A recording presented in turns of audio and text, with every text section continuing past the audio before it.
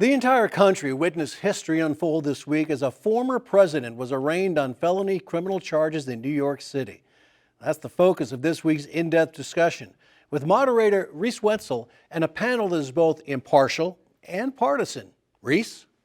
Thank you, Rich. Today we are joined by three guests here that can give us more information on the arrest and the arraignment of former President Donald Trump. Joining us today, we have Alicia Andrews, chairwoman for the Oklahoma Democratic Party. Then we are also joined by Chad Alexander, Republican strategist and former Oklahoma Republican Party chairman. And then joining us via Zoom, we have Professor James Davenport, Associate Dean for Liberal Arts and Sciences Division at Rose State College. How's everyone doing today? Doing great. Thank you for having Very us. good. Very good. Well, we're glad to have everyone here. Alicia, let's get started. I'm going to start right with you here. What was your reaction on Tuesday as former President Donald Trump was arrested and arraigned on 34 felony counts of business fraud and related to hush money to adult film star Stormy Daniels? So I had a rush of emotions, and first and foremost, it was relief that because I believe that arrest signals that no one is above the law. You know, part of me wants to be excited about it, but he has a right to decide, fight for his proof that he's innocent, which I don't believe that he is, but he has a right to go through the whole process. And so I'm anxious, waiting for that to get over, but relieved that this is setting us back on track, America back on track.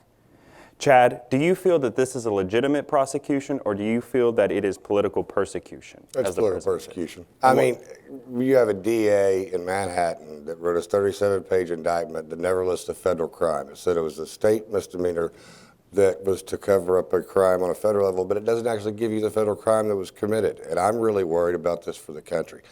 I think this is a really bad precedent. I think you're going to have local Republican DAs in red states that'll look at U.S. senators and congressmen trying to get on the national scene. And I would remind you, I'm worried for where we're going as a country with the tit for tat on this. Before Nixon, we had all these committees, and then we started special prosecutors or independent prosecutors. Well, Carter didn't have one, but Reagan did, George H.W. Bush did, Bill Clinton did. George W. Bush did, Barack Obama didn't, Donald Trump did, Joe Biden has one now. So we've only had two presidents now since we started special counsels that haven't had one.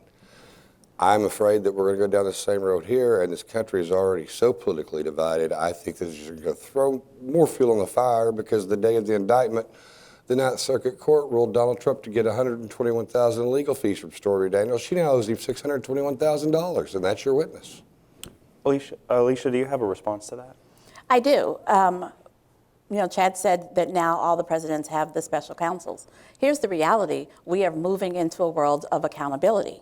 Back in the day, in Kennedy's day, there was the, gentleman's agreement that we didn't prosecute things that happened in politics. Well, that has made us jaded. And we need to prosecute everyone equally, regardless of their position or status. No one is above the law, but no one's below the law. And none of us sitting here from 7 years ago would have a DA looking at a misdemeanor that would form it into a felony and pull us into a courtroom. So he's not above the law, but he shouldn't be below it. If he were not the 45th president or a national political figure, there's no way this would be happening. So you say he's not above the law. In some circumstances, people are saying that, he wasn't handcuffed, he wasn't mugshotted. Is that a case of being above the law?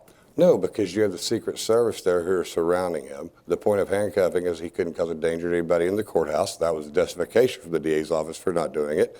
And do you really need a mugshot of Donald Trump? Everybody in America knows exactly what Donald Trump looks like. That would be seen even worse as political persecution. Okay, well, I want to turn to Professor Davenport here. We're talking about a fair trial, and President Trump says he can't get a fair trial in Manhattan, and he has requested that it be moved to Staten Island. Do you believe that that's a reasonable argument, and do you think that the judge would even grant that? I think the judge will consider that line of argument. I don't know that Trump will win that argument at the end of the day. There has to be some pretty good, strong grounds. Now, if I can digress just a little bit and go back to the two arguments that you're hearing here, which are of course, we want to hold people accountable, and this is a political prosecution. And I just want to make the case that those two things are not necessarily mutually exclusive, right?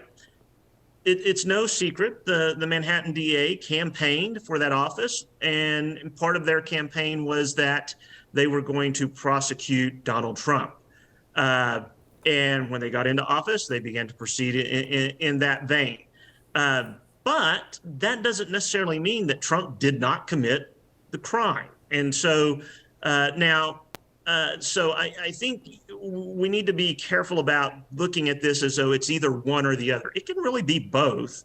But as far as moving that trial to a different jurisdiction, Trump's attorneys are going to have to make the case, not just that the DA is in somehow biased, right? Because a judge could find that that would be the case and just assign a different prosecutor. To move it out of Manhattan, they need to show that the jury pool would be so tainted that he couldn't get a fair trial because of that. I don't know the strength of that argument at this point in time, but they'll certainly have an opportunity to make it. And I think a judge will listen to it, consider it, and then make a decision based on what they believe to be the facts are. Okay, Alicia, I want to turn to you. Professor Davenport brings up a good point that Democrats did run on this message of we're going to take down Trump, we're going to get him. Do you think that that hurts the image of Democrats moving into the 2024 election? I know that that's something that people are really keeping an eye on and making sure that the Democrats are not shooting themselves in the foot almost with this prosecution. So they ran on prosecuting Donald Trump. And the reality is that's not take down Donald Trump, that's prosecuting. And as I said earlier, the president has the opportunity, the former president has the opportunity to defend himself. And, you know, politicians have to follow through with what they say they're going to do. And he promised the folks that that's what he was going to do. They voted for him, and he needed to follow through with that. I want to piggyback, though, on what the professor said. Whether we do it in Manhattan, whether it's done in Staten Island, he's still the former president. Everybody knows who he is. Everyone has an opinion. And so I don't know how moving it from one part of New York to another part of New York is going to really change very much. So if everyone, I can pose this question really to anybody, if everyone knows who he is, how do you get a fair trial? I think it's a very difficult thing. I would not be surprised if it ended up going to trial, just based on the indictment, the legal opinions I've heard from Alan Dershowitz, who voted for Hillary Clinton and Joe Biden, who's not a Republican. You've heard from CNN analysts. Every legal analyst on TV that's been in a courtroom is saying this is a very flimsy case. This is a very weak case.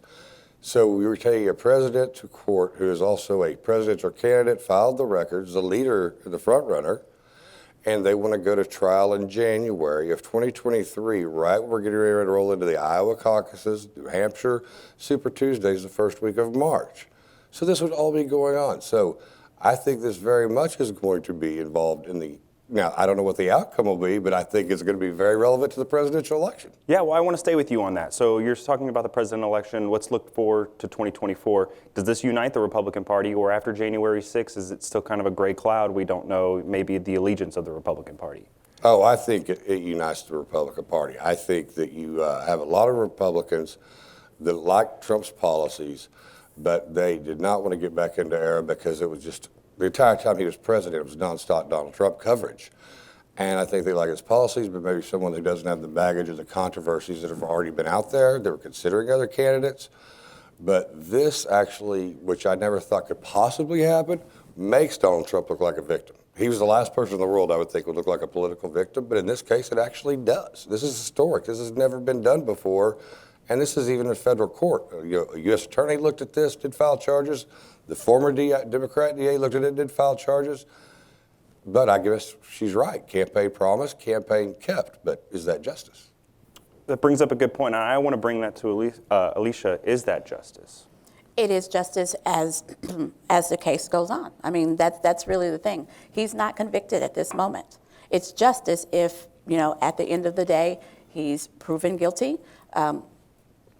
Proven innocent, which I don't think is a possibility, proven guilty, that is what justice is. Professor Davenport, I want to go to you now. We're talking about these 34 counts of felony fraud.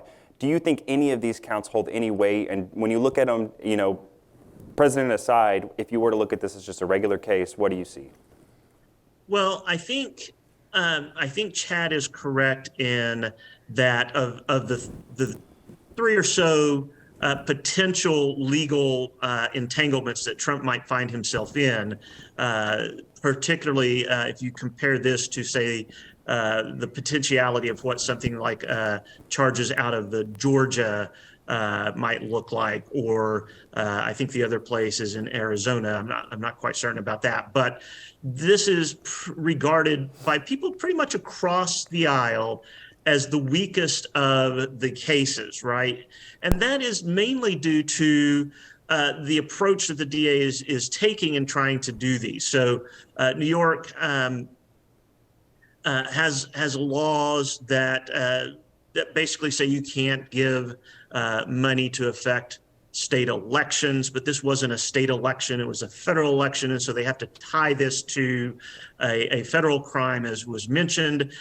They've attempted to do that, but it's not clear that the way that the DA has attempted to do this will hold up in court. Now, I agree that the way this is resolved is through the process, right? The DA has taken what many believe is a novel approach to this particular prosecution, one that hasn't been tried or tested in the courts before. Trump will get his day in court. It may come sooner than later. I am sure that the Trump team will attempt to, because of this approach, will attempt to move to have the charges dismissed rather quickly.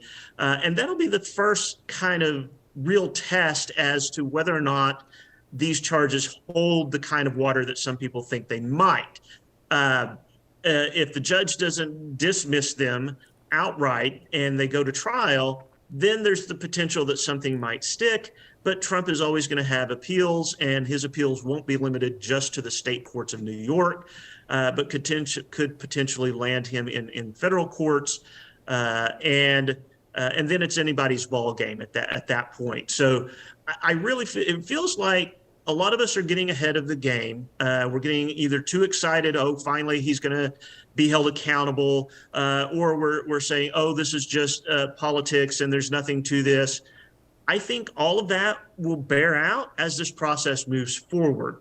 And you know, as I said, of the cases that he's currently potentially going to be involved in, this one seems to be the weakest on the merits. That does not mean that he couldn't be convicted, but it means that I think the district attorney is going to here in New York is going to have a much tougher go at proving that Trump committed these crimes than, say, perhaps in some of these other jurisdictions. That brings up a good point, and I want to go to Alicia here. You kind of maybe were shaking your head here sometimes when he was saying some of these things. So do you think that this case is more important than the ones in Georgia or the ones in D.C. or maybe the ones with, you know, the presidential records? I actually take issue with the question. So when I hear that this is the weakest case, it raises my hackles because it's a case. And so when we're saying it's the weakest case, it's a case. He has several charges, several jurisdictions that are looking to charge him. And so do we not do this one because it's the weakest? It's a crime. And so we need to charge all of the crimes. And so waiting if this one is more important than the other, I think there's a problem with the President of the United States being credibly charged with multiple crimes in multiple jurisdictions, and weighing which one we should charge him against is it's bad faith. Okay, and so you... If I could interject just for a second, we never charge all the crimes, right? District attorneys have limited resources. They have to prioritize cases. And in the prioritization of those cases, one of the factors they have to consider is how strong of a case do we have, and how likely are we to win? And Chad, what is your response to that? I still don't know exactly from the indictment what the crime is, because it says a misdemeanor turning it to a felony because he broke a federal law. Nowhere in the indictment does it give the statute or what federal law.